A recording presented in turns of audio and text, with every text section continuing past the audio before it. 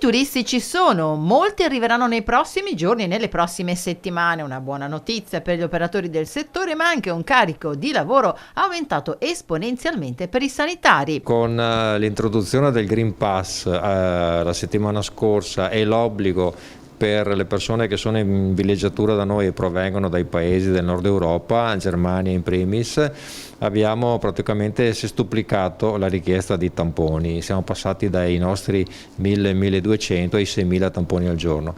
In ragione di questo abbiamo organizzato in questi giorni, dopo il primo impatto, un sistema che prevede delle postazioni fisse su tutto il litorale, da Cavallino passando per Jesolo, Bibione e Caorle, tutti i giorni della settimana o mattina al pomeriggio, e un potenziamento nel fine settimana, quindi un raddoppio della presenza delle equip che faranno tamponi.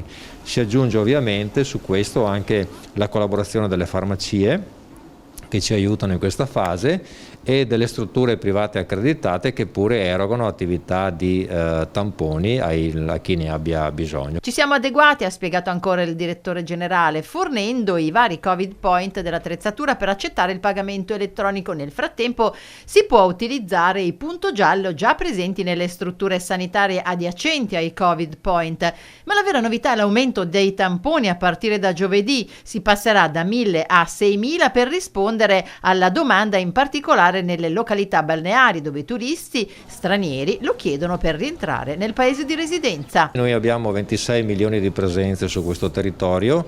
Quest'anno sta andando molto bene l'afflusso dei turisti, quindi la stima per agosto è di circa 100.000 partenze da inizio a fine mese. Si concentreranno prevalentemente nel fine settimana e poi avremo ovviamente la coda di settembre fino a metà settembre, chiaramente meno, stimiamo 50-60.000 partenze, e poi via via a scemare fino a fine stagione turistica. Quindi abbiamo fatto delle valutazioni direttamente con gli interessati, quindi le associazioni albergatori e con i sindaci, per organizzare al meglio l'attività sul territorio. Come noto, il nuovo piano di sanità pubblica del Veneto prevede da ora il pagamento del tampone. 8 euro dai 12 ai 17 anni.